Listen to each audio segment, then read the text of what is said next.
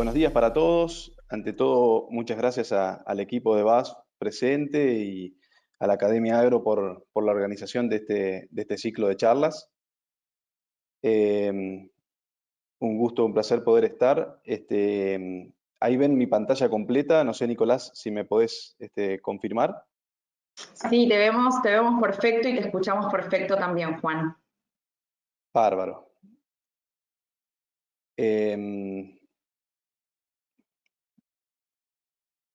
Un segundo. Ahí está.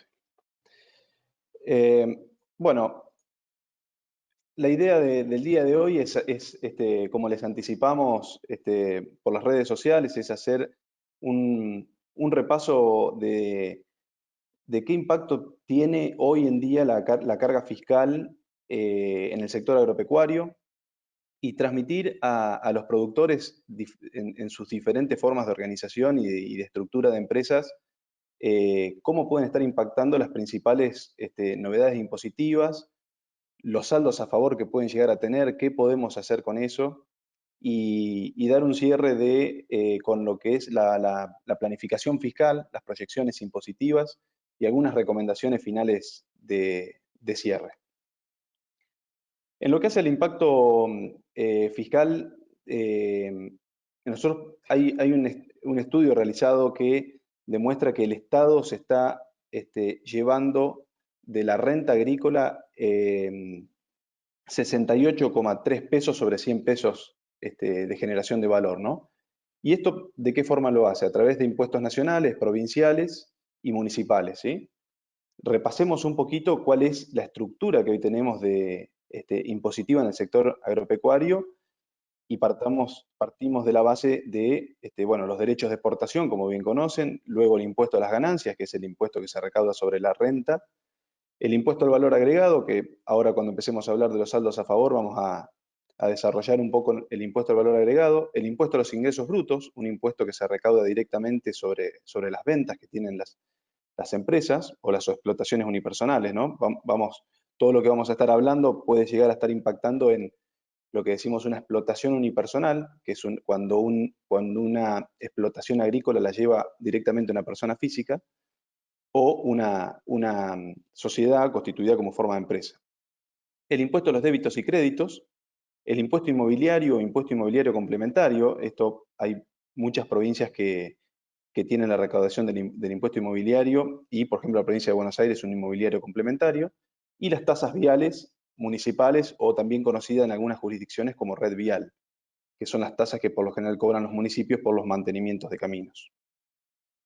Ahora, podemos decir que no solo la presión fiscal es económica, sino que también el sector tiene una carga administrativa y una burocracia muy particular que hace que todos los que estemos inmersos en este mundo de la administración agropecuaria tengamos que profesionalizarnos y saber y entender, sobre todo para ser más eficientes y contribuir con los resultados de la compañía. Hoy las empresas agropecuarias, gran parte de su margen y de su correcta gestión pasa por la administración, ¿no? Esto a lo largo de los años, yo recuerdo hace 15 años atrás, quizá uno en una compañía o en un negocio agropecuario podía cerrar un negocio y después plasmarlo en la parte contable impositiva y hemos visto cómo, seguramente muchos de los que están conectados hoy han sido testigos, cómo el Estado ha ido avanzando en sus regímenes de fiscalización, de control, las diferentes normas impositivas que se han ido aplicando han ido haciendo que la parte administrativa con su recomendación contable impositiva haya sido una condición necesaria para cerrar cualquier negocio, ¿no? Entonces es muy importante este eje que vamos a llevar en toda la charla hasta el final de esto de que la administración es un área de staff que colabora y tiene que estar en el negocio muy involucrado, ¿no? Como también la parte comercial o la parte que tome decisiones, estar atento a la administración. Decíamos leyes impositivas nacionales y provinciales, resoluciones, regímenes de información, requerimientos de información y regímenes de recaudación. O sea, nosotros como empresa tenemos que estar atentos a leer leyes a nivel nacional, leyes provinciales, resoluciones y también el cumplimiento de el requerimiento del fisco, ¿no? O sea, si cuando tengo que actuar como agente de recaudación hay una responsabilidad trasladada a los contribuyentes muy importante que termina como agente también de información o de recaudación del propio Estado. Con este marco, y también partiendo de esto de los regímenes de recaudación, hay un punto muy importante que nosotros queremos transmitir, que es los saldos a favor y proyección de los mismos que tienen las empresas agropecuarias, porque nosotros entendemos que los saldos a favor son una cuestión muy nociva para la empresa agropecuaria, debido a que debemos entender y analizar los saldos a favor respecto a su recuperabilidad, ¿sí? Los saldos a favor impositivos, partamos de la base que son créditos impositivos, son créditos que tiene la empresa que no se actualizan y que difícilmente sean recuperables en un corto plazo. Por lo tanto, hay algo que la empresa agropecuaria siempre tiene que hacer para gestionar estos saldos. El principal impuesto y viejo conocido de acumulador de saldo a favor en el sector agropecuario fue el IVA, ¿no? El IVA podemos primero transmitir que el IVA es un impuesto que se hace con una declaración jurada mensual. Hay algunos regímenes que pueden tener, sobre todo el sector agropecuario, la opción que se llama de pago anual, IVA agropecuaria anual, si se hace solamente la actividad agropecuaria, y si tiene algún beneficio de la ley PYME, puede llegar a tener el pago trimestral, ¿sí? Pero siempre la presentación es mensual. Y esto también podemos decir que el impuesto al IVA es un impuesto trasladable para los que son responsables inscriptos, y que esto de que el débito fiscal y el crédito fiscal es la diferencia entre débito fiscal vinculado a la venta, crédito fiscal vinculado a la compra, y cómo se desarrolla esa cuenta, ¿no? Eso es lo que se va a llamar el saldo técnico. Cuando se hable del saldo técnico, va a ser ese diferencial de débito fiscal, crédito fiscal que va juntando la empresa, que solo le permite compensar con el mismo giro del negocio. Y el saldo a favor del segundo párrafo, o también conocido como saldo de libre disponibilidad, es el que le va a permitir a la empresa pagar otros impuestos o el propio impuesto, el mismo IVA. Por lo tanto, tiene un análisis diferente si yo tengo un saldo a favor acumulado en el saldo técnico o en el saldo de libre disponibilidad.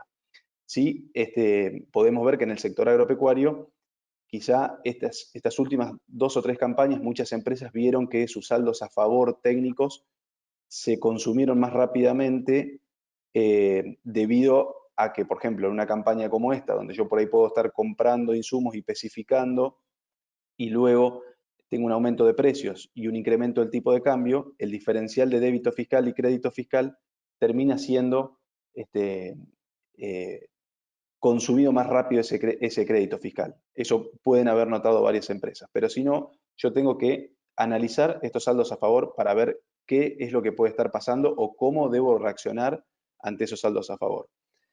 Tenemos 2 aspectos muy importantes. El descalce de alícuotas, decíamos, acumulador de saldo a favor, por esto de la diferencia del IVA ventas-compras. En el sector agropecuario, las ventas por lo general son al 10,5% y tenemos muchas compras al 21%. Y el descalce financiero también, ¿no? Si yo soy un pagador, no es lo mismo un plazo de cobro a 60 días de una venta, porque yo quizá el IVA lo tenga que pagar en el mes siguiente el que lo estoy declarando. Así que este es un tema financiero que también debo analizar cómo repercute en mi empresa.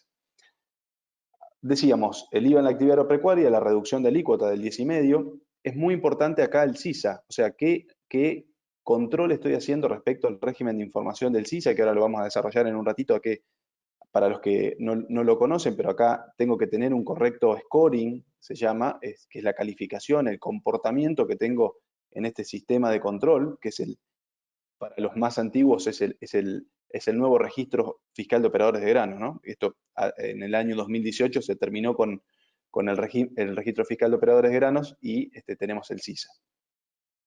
Decíamos administración y gestión de saldos a favor, proyección de utilización de los mismos. Esto es porque si yo tengo un gerente financiero en mi compañía y ve los saldos a favor, me va a decir, recuperame esa plata que yo la invierto o hago cualquier otro negocio y cuando tengas que pagar un impuesto te doy la plata, ¿no? Y no tenerlo acumulado como un crédito ahí a lo largo del tiempo. Y bueno, los beneficios de IVA agropecuario anual y pago de IVA trimestral. los saldos técnicos de IVA, decíamos que el descalce de alícuotas también se termina generando, porque fíjense, todas, por ejemplo, estas actividades, un servicio de transporte, la venta de fardos, rollos, servicios agropecuarios con destino a la alimentación, picado, ensilado, son todos servicios que la empresa puede comprar, digamos, adquirir y va a tener el 21%, o si los tuviera que facturar son al 21%. Por eso también cuando hay alguna estrategia de recupero de saldo a favor, quizá a veces conviene complementar con algún tipo de servicio generando ventas al 21% y en el efecto financiero puedo recuperar y bajar crédito impositivo y quedarme con esa diferencia de IVA bajando saldos. Con esto sí tenemos que tener en cuenta que si el productor agropecuario realiza otro tipo de actividades, puede llegar a perder la opción del IVA agropecuario anual. Acá, vinculado a esto que veníamos diciendo, recordemos que hasta el año 2018, muchas empresas lo que hacían era, en vez de vender el grano en su estado natural, al 10,5, lo mandaban a la industria, a hacer lo que conocemos en el rubro como fasón, y generar los subproductos, ¿no? En el caso de la soja, generar el aceite, la harina y vender el subproducto directamente al 21%. Entonces, de esta forma podía absorber y bajar esos saldos de IVA.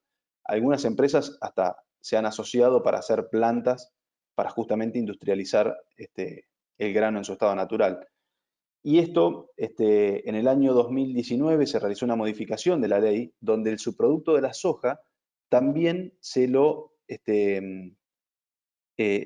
le indicó la reducción de alícuota del 10,5. O sea, que tanto la soja como el subproducto de la soja hoy tiene la alícuota del 10,5%. Entonces, no se permitió más a partir del año pasado este tema del fasón para el beneficio de manejar las alícuotas de IVA. Sí, les comento que para los que hagan otro tipo de fasón con otros cultivos o con otros granos, eso sigue estando vigente. Por ejemplo, el subproducto del maíz sí está al 21%. Lo aclaro por las dudas que alguno esté con algún negocio de fasón. En lo que hace, ¿qué tenemos que saber como saldos a favor también? Que si yo tengo saldos acumulados generados por un régimen de recaudación de IVA, como es el SISA, que es la RG 4310 de retenciones agropecuarias, yo tengo que entender y saber que la norma me dice que si yo estoy, por ejemplo, en estado 1, el fisco me tiene que devolver la retención entre los 30 y 60 días de que me fue practicada, de acuerdo a lo que establece la resolución. No quiero ser muy técnico en lo que hace la resolución, pero yo les dejo acá la parte normativa.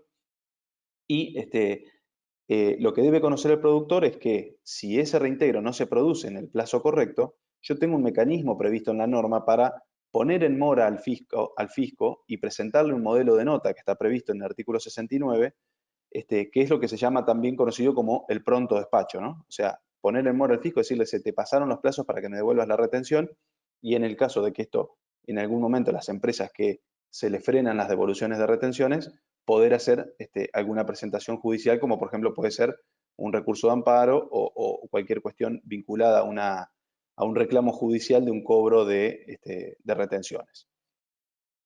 Por otro lado, la administración sí lo que puede hacer es con esta consulta de devolución de retenciones, es a través de la página del SISA, ir haciendo un seguimiento de liquidación por liquidación, cómo puedo ir viendo este control sistémico del régimen de devolución de retenciones, ¿sí? Yo puedo ver si hay una retención que no me están devolviendo, por ejemplo, cuál es el motivo por el cual no se devuelve la retención, si hay un motivo sistémico, lo puedo seguir con el número de liquidación primaria.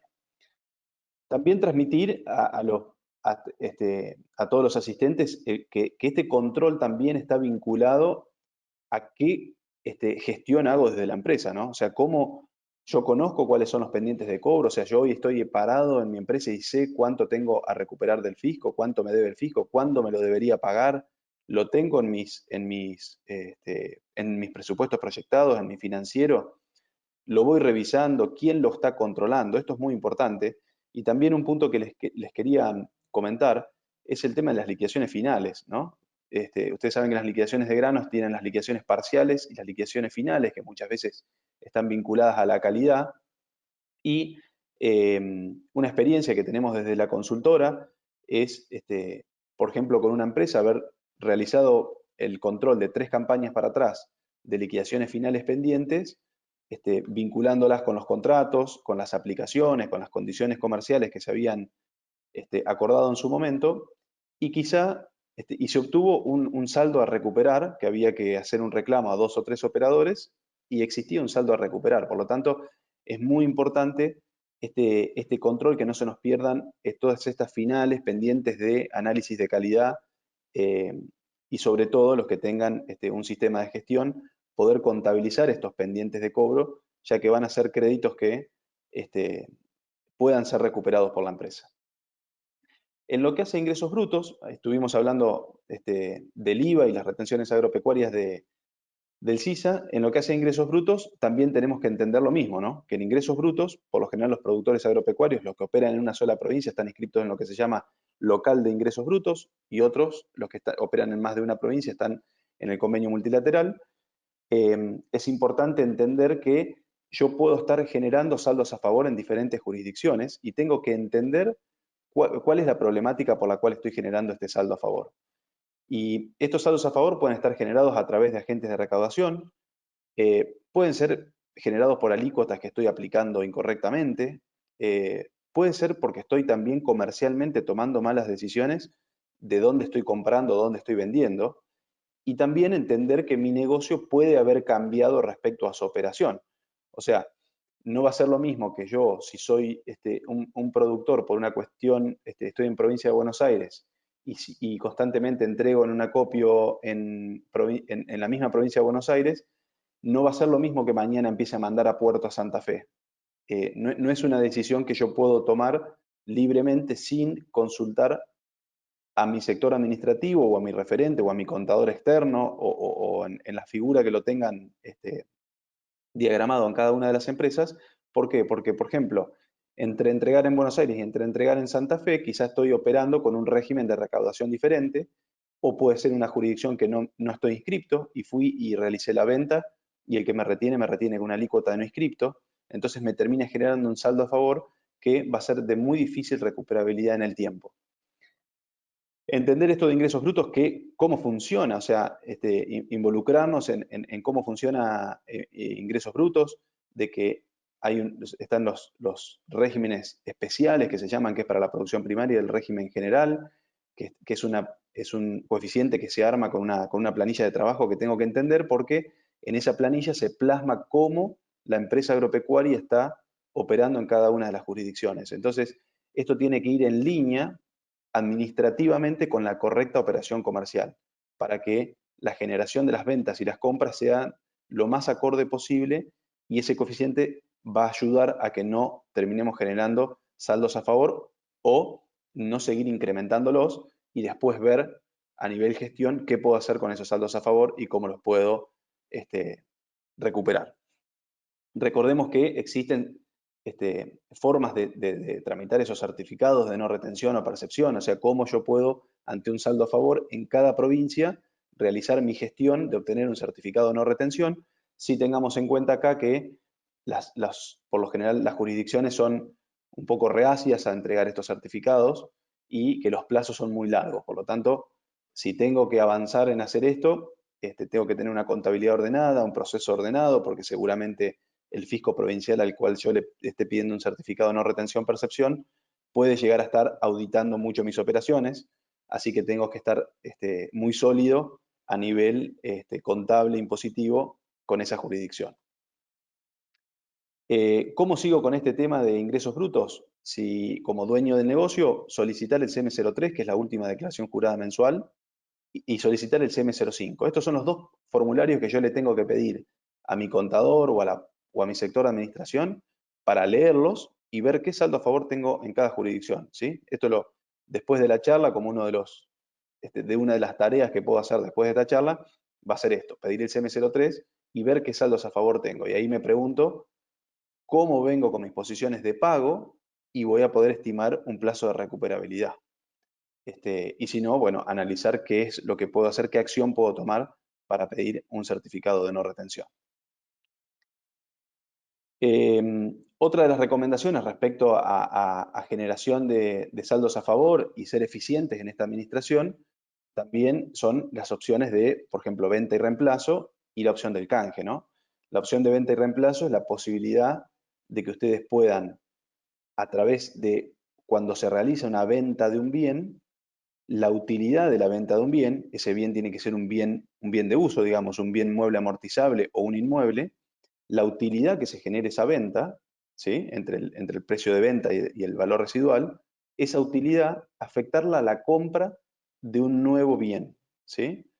Esto lo que permite es que pueda estar no pagando el impuesto a las ganancias por la utilidad obtenida en la venta, y esto se va a computar como un menor costo de compra del bien nuevo que estoy comprando y se refleja a través de menores amortizaciones a lo largo del tiempo. Entonces yo puedo tener un beneficio inmediato de un ahorro del 30% del impuesto a las ganancias diluido en el plazo de amortización futuro que voy a tener. Por lo tanto, acá tengo que tener presente siempre que voy a hacer una venta la posibilidad de hacer esta venta y reemplazo.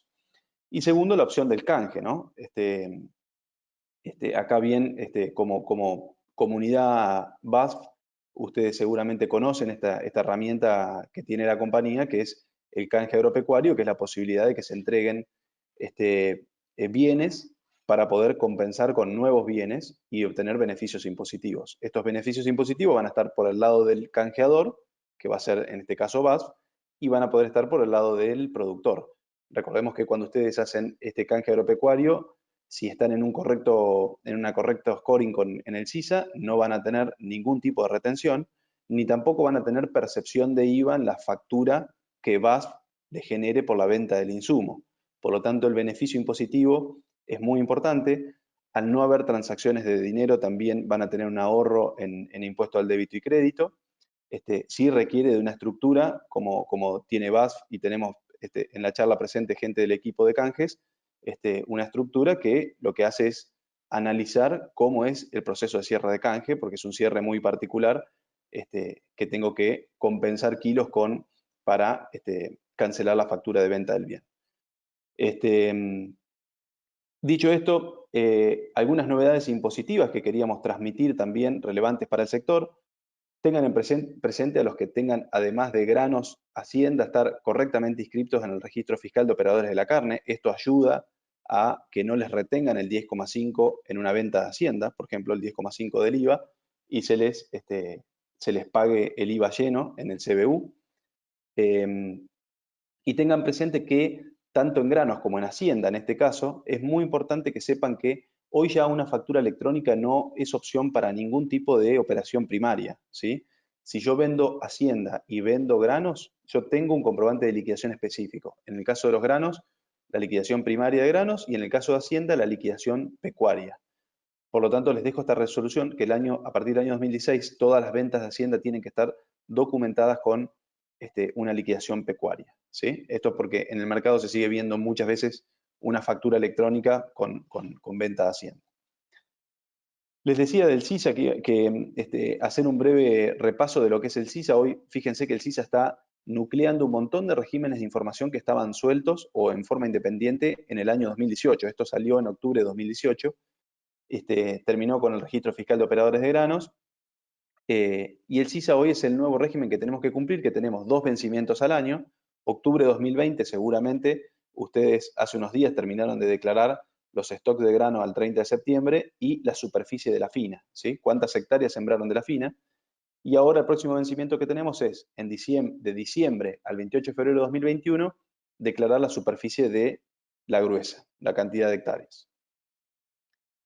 Recordemos también, no olvidemos que en diciembre de 2019 estuvo esta ley de solidaridad social y reactivación productiva, que fue la ley 27.541, que incrementó la alícuota de bienes personales, acciones y participaciones que pagan las empresas en cabeza de sus socios.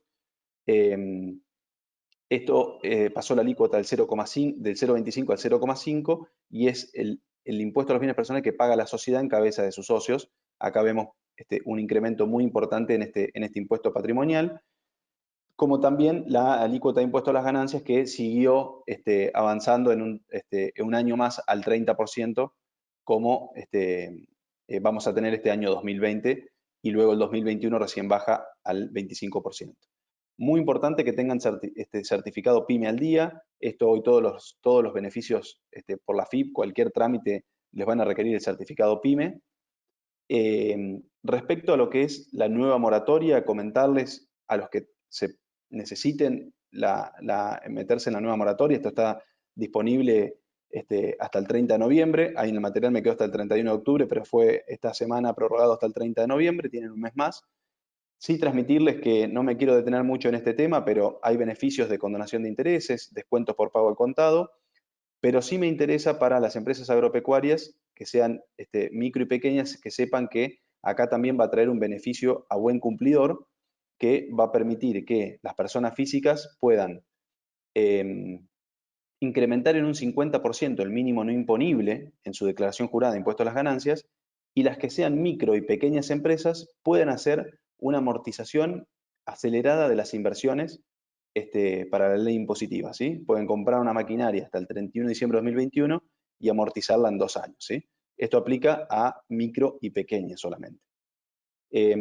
Respecto a la moratoria, es una moratoria que tiene un interés del 2% mensual hasta mayo de 2021 y luego va a ir con una tasa Badlar, que es un promedio de tasas de interés que publica el Banco Central por el promedio de plazo de plazos fijos constituidos a 30 días mayores a 1 millón de pesos. Así que bueno, esto está reglamentado desde el 16 de septiembre y la moratoria está vigente para incluir deudas vencidas hasta el 31 de julio del 2020. Otro tema que está preocupando al sector es esto del impuesto a la riqueza, ¿no? El impuesto a la riqueza, o también conocido como aporte extraordinario y solidario. Verán que acá hay mucha información, muchos artículos. Nosotros hemos publicado un artículo en La Nación con la consultora respecto a la preocupación. Sí, comentarles que esto va a ser para patrimonios superiores a los 200 millones de pesos, y esto no es un mínimo no imponible, sino que es un mínimo exento.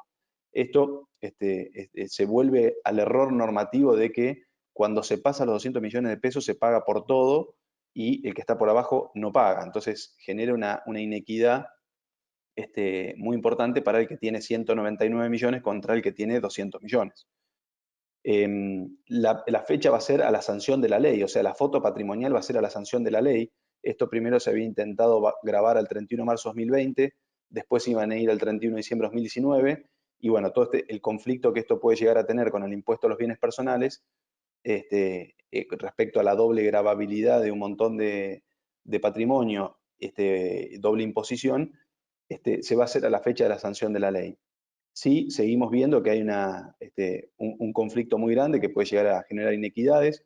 Esto, y la gran preocupación es que incluya los inmuebles rurales, ¿no? Porque esto del impuesto a la riqueza, lo que sale de la ley es que el patrimonio se va a medir de acuerdo a la ley de bienes personales, y esta ley de bienes personales tiene una exención en el artículo 21, inciso F, que son los inmuebles rurales. Entonces,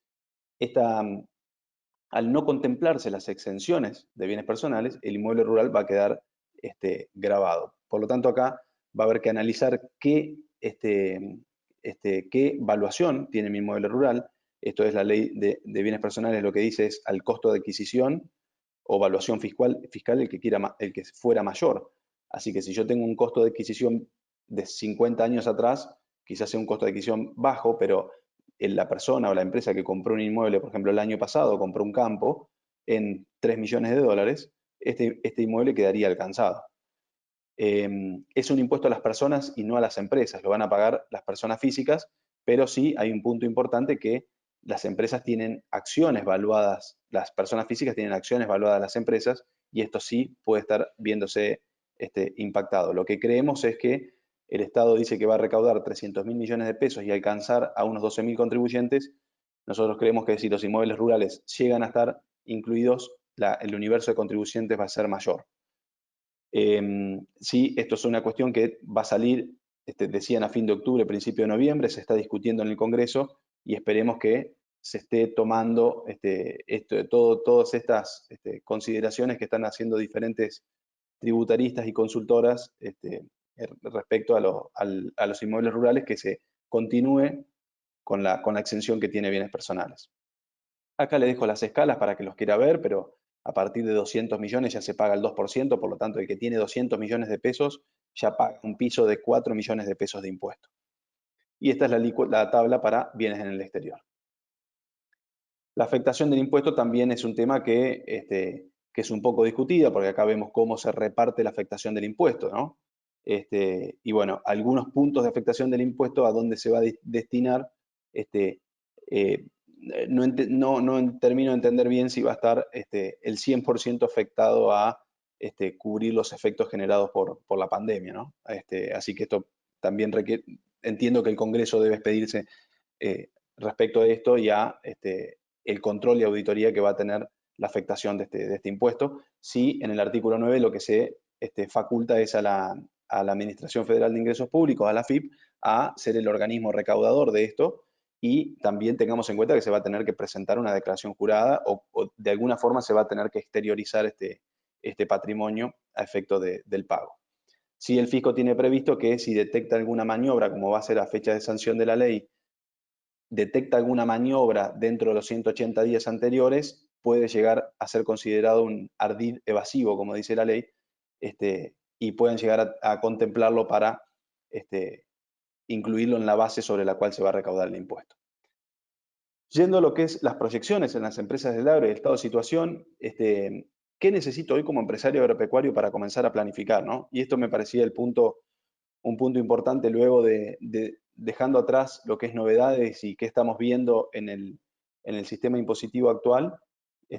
Hoy como empresario, ¿qué puedo hacer, no? Y nos interesa hablar de tres estructuras. Una estructura donde puede haber en la audiencia un empresario hoy que lleve su explotación agropecuaria con un cuaderno, otro que ya pasó a un Excel y tiene un estudio contable externo, o otro que ya pudo hacer la inversión y tener un sistema de gestión, un sistema de calidad, un sistema de gestión contable que le permita estar un poco más ordenado, ¿no?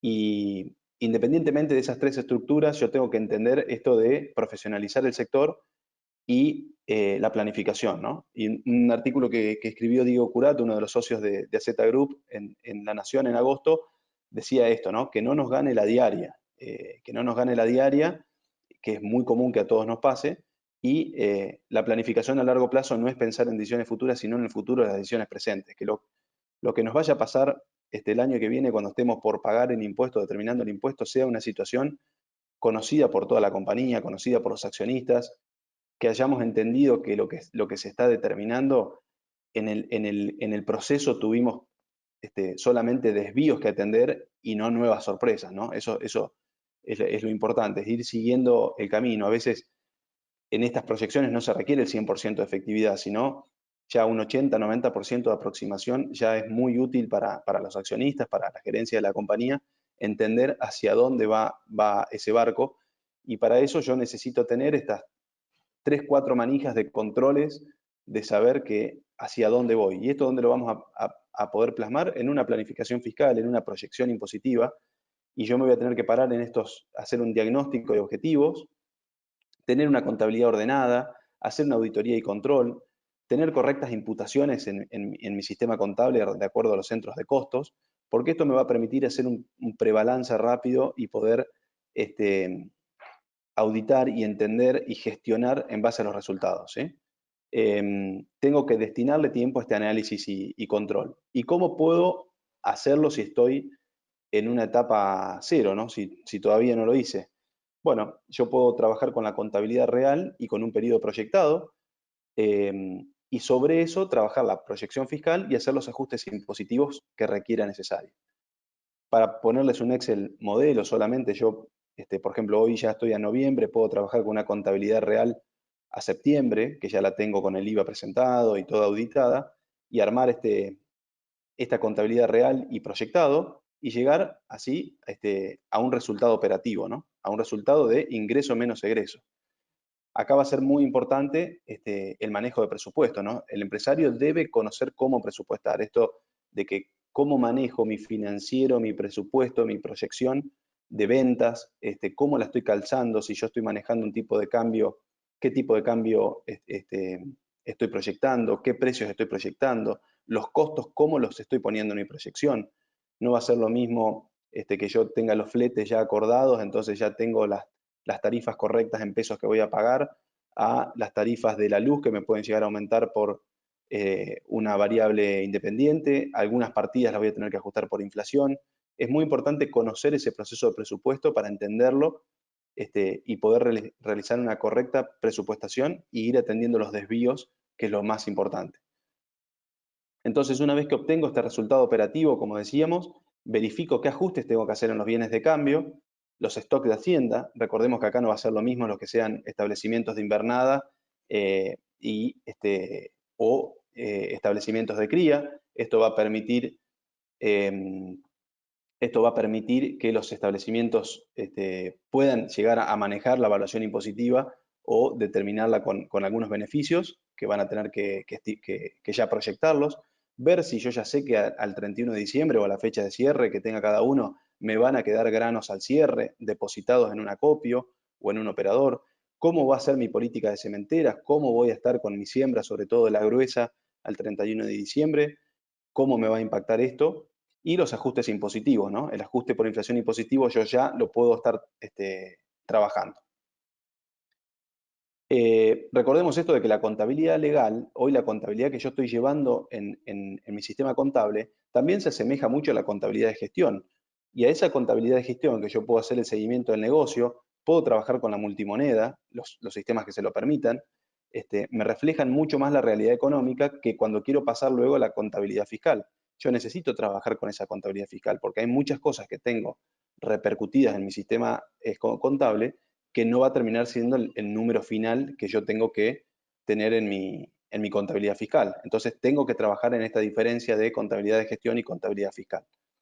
Un ejemplo, por ejemplo, que se los dejo en el material, pero es que puedan sacar un número del periodo real, un número del periodo proyectado y llegar así a estimar un total del año de resultado operativo, donde le van a poner las diferencias de evaluación de bienes de cambio, el ajuste por inflación impositivo y van a llegar a un impuesto a las ganancias estimado. En este caso, 1.410.000 para el ejemplo es el 30% de 4.700.000 y luego le van a restar todos los pagos a cuenta que van teniendo durante el periodo y los futuros anticipos que todavía les queden por pagar para llegar a una estimación de un impuesto a pagar. Esto que vimos de proyección fiscal es un formato base que ustedes lo pueden copiar si están en la instancia cero de que nunca lo hicieron y después, como todo, pueden ir mejorándolo de acuerdo a cada una de las empresas. Como recomendaciones finales, tengan en cuenta el ajuste por inflación impositivo. Un ejemplo que les quería poner es, ¿qué pasa, por ejemplo, si yo decido una compra de Hacienda a cierre del ejercicio, que muchas veces se hace para poder obtener un quebranto contable? Dejarles el mensaje de que no va a ser lo mismo que la compre de contado a que la compre financiada. Si yo la compro de contado, fíjense que el ajuste por inflación impositivo lo que mira es el activo computable y el pasivo computable a efectos impositivos. Entonces, suponiendo que yo tengo un costo fijo, esto aplica para establecimientos de cría, suponiendo que, pero también puede afectar a la compra de una maquinaria. Si alguno, después les van a quedar mis datos también, o si quieren canalizar algún tipo de pregunta, podemos seguir en contacto después de la charla, no hay ningún problema. Respecto a lo que puede ser una compra de maquinaria. Pero, por ejemplo, una compra de Hacienda, que yo tengo la evaluación impositiva 500 pesos por vaca y yo compro 100 vacas, fíjense que la evaluación impositiva va a ser de 50.000 pesos en el establecimiento de cría. Si yo la compro de contado, ¿qué pasa? La evaluación impositiva va a ser 50.000 pesos y puedo registrar esa pérdida en el ajuste por inflación, porque es un activo expuesto a la inflación. Entonces me va a generar una pérdida impositiva. Ahora, si lo compro financiado, fíjense que yo hago una erogación de 2,5 millones de pesos para comprar la Hacienda, pero me financié en 2,5 millones de pesos. Y cuando viene la norma del impuesto a las ganancias, me dice, tu evaluación impositiva de tu Hacienda es 50.000, porque es el costo fijo. Y la financiación me va a agarrar la deuda comercial, 2,5 millones. Por lo tanto, el neto entre el activo computable y el pasivo computable va a ser un pasivo de 2.450.000 que va a estar expuesto a la inflación y me va a hacer generar una ganancia. Ahora, a declararla al fisco. Sí vale la pena resaltar que es mucho más importante, mucho más contundente el ahorro impositivo que yo estoy teniendo ahora con este quebranto que genero por esta compra de Hacienda en el ejercicio inmediato, porque después el ajuste por la inflación va a estar diluido en un sexto en los 6 próximos ejercicios fiscales. Pero bueno, vale el punto que queríamos aclarar para que cuando ustedes estén revisando el ajuste por inflación impositivo entiendan que hay operaciones anteriores que pueden llegar a estar impactando sobre ese número de ajuste por inflación impositivo. También tengamos en cuenta que en este mercado factura el comprador, ¿no? Siempre decimos esto, es muy importante que ustedes como administración estén controlando sus liquidaciones de granos o sus liquidaciones de hacienda porque la factura de venta se las está haciendo la otra parte, ¿sí? Entonces, yo tengo que conocer los documentos, controlarlos y entender los gastos de comercialización. Hablemos de, por ejemplo, un ingreso bruto que va a ser el precio por la cantidad. O sea, si yo acordé vender a un determinado precio y entregar una determinada cantidad, ese va a ser mi ingreso bruto, pero ese ingreso bruto va a estar dependiendo después de los gastos comerciales. Y esos gastos comerciales, que pueden estar vinculados a gastos de acopio, gastos de puerto, comisiones, servicios, descuentos de calidad, si quieren podemos sumarlo también, me va a transformar en este ingreso neto. Ahora, este gasto comercial, si yo no lo controlo y me quedo como el que está sentado en el sillón, seguramente yo sea ineficiente y me pueda estar perdiendo eficiencias que puedo llegar a recuperar. Y si estoy como la persona de la derecha que está controlando en la computadora todo el tiempo las liquidaciones primarias, entiendo las condiciones pactadas, los gastos comerciales y la reviso a fondo, bueno, seguramente esté en el podio y sea la liquidación que voy a recibir los pesos correctos y me va a entrar la transferencia por la liquidación bien controlada. Esto que decimos que lo que el productor recibe no depende solo del precio de rendimiento, sino que hay mucha diferencia entre ingreso bruto e ingreso neto y es ahí donde nosotros podemos controlar. Muy importante después de esta charla, el mensaje que queríamos transmitir es cómo seguir, ¿no? Después de esto. Evaluemos dónde estoy parado, qué puntos tengo que mejorar y cómo lo voy a hacer. O sea, yo puedo estar después de esta charla diciendo lo que escuché hoy estoy en cero, no hago planificación fiscal, no miro mis saldos a favor, no hago nada de esto, arranco de cero. ¿Cómo lo hago? Bueno, algunas herramientas estuvimos viendo hoy. ¿Qué puntos necesito mejorar? O sea, detectar cuáles los principales focos donde yo puedo detectar ineficiencias o donde puede llegar a estar el grueso de mis ineficiencias para poder comenzar a trabajar. Y después, ¿cómo lo voy a hacer? ¿No? Tengo que trazar un camino, definir el objetivo y empezar a recorrerlo. Empezar a recorrerlo paso a paso, esto que decimos para no quedar en el camino. ¿Sí? Es muy importante el sistema que tenemos comercial y de documentación en el sector agropecuario, es muy importante entenderlo, controlarlo, y que cuando en la empresa hacemos algún tipo de control y establecemos este mecanismo de control, lo importante es que sea perdurable en el tiempo, ¿no? Que nos quede, que haya una persona que sea responsable de ese control y que no lo olvidemos, que lo mantengamos en el tiempo y lo podamos tener como una metodología de trabajo efectiva y que funcione correctamente. Ahora, ¿en qué venimos trabajando? Este concepto de profesionalización del sector, ¿sí? Es muy importante para nosotros hoy ya un productor agropecuario no es productor agropecuario, es empresario agropecuario y tiene que leer muchísimas variables que no solo van a estar determinadas desde el campo, ¿no? Hoy un productor quizá chico o mediano sabe qué margen tiene en sus operaciones, sabe el precio del cultivo, conoce un montón de condiciones comerciales, pero es muy importante que en la administración después un día se pueda sentar y ver con los números que lo que tiene en su cabeza de ese margen, de ese cultivo, realmente en la contabilidad o en lo que sea un balance se termine transmitiendo de la misma forma, ¿no? Porque quizá pueda tener algún costo oculto, por lo general muy vinculado a costos impositivos, que no lo está teniendo en cuenta y está siendo ineficiente. O por ahí tiene que delegar en alguien la responsabilidad de mejorar ese proceso o ese punto para poder ser eficientes. Decíamos trabajar mucho con presupuestos, esto es algo que vemos muy importante para estar ordenados. El tema de lo que es contratos, carta oferta, también nosotros desde AZ Group tenemos grupos donde nos juntamos y trabajamos con esta metodología de qué pueden ir implementando las empresas. Analizar ingresos brutos, la importancia que tienen ingresos brutos en el margen. Los recuperos de saldos a favor, muy importante. El control de liquidaciones y qué matrículas tengo que tener en el sector agropecuario, ¿no? No es lo mismo que yo sea un productor a que yo ya sea un operador del sistema comercial. O sea, el productor va a tener que estar solamente inscrito en el CISA pero si yo soy operador, voy a tener que estar inscrito en el CISA, pero además en el RUCA, que es el Registro Único de la Cadena Agroalimentaria, que depende del Ministerio de Agroindustria. Esto es, por ejemplo, si yo ya quiero ser un acopio, por ejemplo, voy a tener que tener una matrícula habilitada a tal efecto. Y después, trabajar con la administración de empresas agropecuarias y consultoría, ¿no? Ser muy eficiente con lo que es la administración de una empresa agropecuaria y realizar consultorías.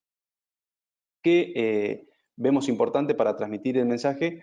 La carga fiscal que tiene el sector y los regímenes de información y de recaudación, muy importante, que los tenemos que cumplimentar, los tenemos que conocer. El control desde la administración. Es muy importante que, por ejemplo, en granos, a partir del día 1 que se carga el camión en el campo y sale hacia el acopio, ya tengo el primer input de información para que en la administración se esté trabajando y controlando el proceso. Muy importante definir los procesos y hablar de procesos dentro de la empresa agropecuaria. El trabajo de los saldos a favor, qué podemos hacer a partir de mañana, de hoy mismo, con esto que decíamos de ver los formularios y qué tengo de saldos a favor, y la planificación fiscal, la proyección, muy importante que estemos trabajando con esto. Así que bueno, y esta necesidad, perdón, de estar actualizados permanentemente es una condición necesaria, sin duda. Decíamos que la administración es un área de staff, pero que tiene que ser dándole soporte al área comercial y a la producción permanentemente con las novedades impositivas, ¿no? Muy importante. Así que bueno, les agradezco muchísimo el tiempo.